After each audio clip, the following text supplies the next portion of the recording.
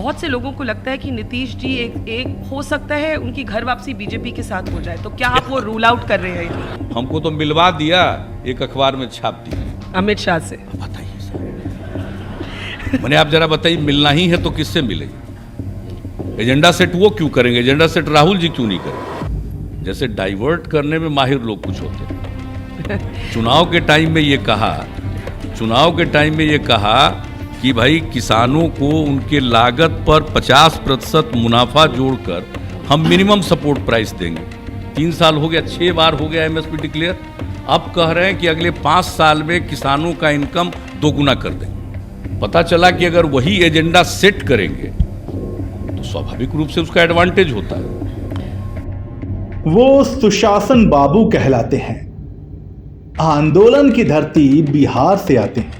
कभी मोदी तो कभी शाह पर खफा हो जाते हैं और फिर अपनी सहूलियत से पल में उन्हीं के साथ भी हो जाते हैं।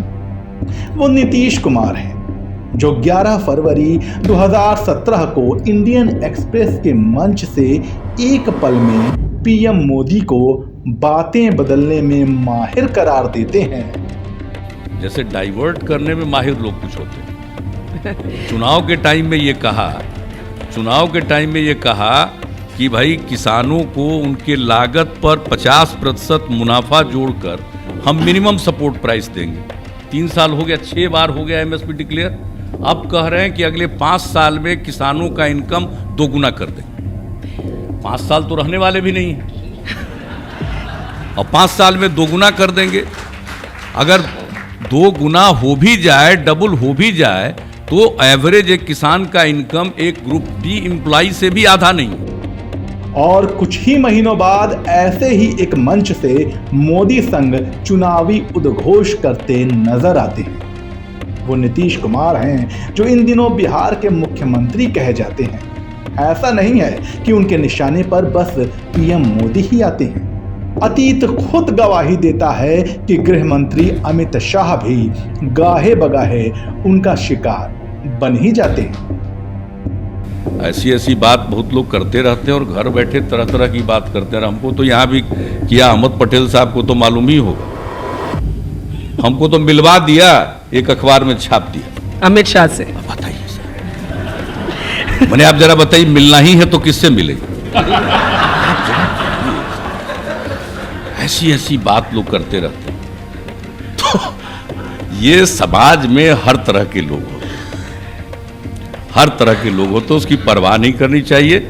हम लोगों को मैक्सिमम यूनिटी का एफर्ट करके अपना एजेंडा सेट करके उस पर आगे बढ़ना चाहिए। और फिर उन्हीं अमित शाह के साथ एनडीए का हिस्सा बन विपक्षी एकता की बखिया उधेड़ते नजर आते हैं। ये बात और है कि 2017 में इंडियन एक्सप्रेस के इस कार्यक्रम में वही नीतीश कुमार विपक्षी एकता और एजेंडे की बात करते नजर आते हैं और सवाल उछालते हैं कि आखिर मोदी शाह होते कौन हैं जो विपक्ष का एजेंडा सेट करें। ये काम तो राहुल गांधी का है। हम लोगों को अपने एजेंडा पर चलना चाहिए। दूसरे के एजेंडा पर रिएक्ट करने के लिए ये फर्ज भी है अपोजिशन का, तो 10% स्पेस देना चाहिए रिएक्ट करने वाला, 90% अपने एजेंडा पर चलना चाहिए। आज अपोजिशन यूनिटी करके अपना एजेंडा तय करे और उस पर चले, और उनके काम पर हम थोड़ा रिएक्ट करना जो हमारा फर्ज है करेंगे। आप देखिए कल क्या होता है नतीजा। पता चला कि अगर वही एजेंडा सेट करेंगे तो स्वाभाविक रूप से उसका एडवांटेज होता है।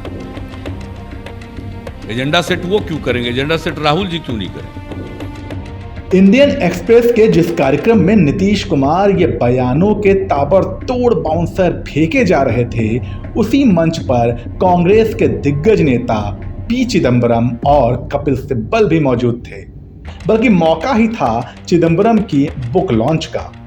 उस वक्त सुशासन बाबू एनडीए नहीं बल्कि यूपीए की तरफ से बिहार के सीएम थे, मगर कुछ ही महीनों बाद उनके नाम के आगे सीएम बिहार तो लगा रहा, बस गठबंधन यूपीए की जगह एनडीए हो गया।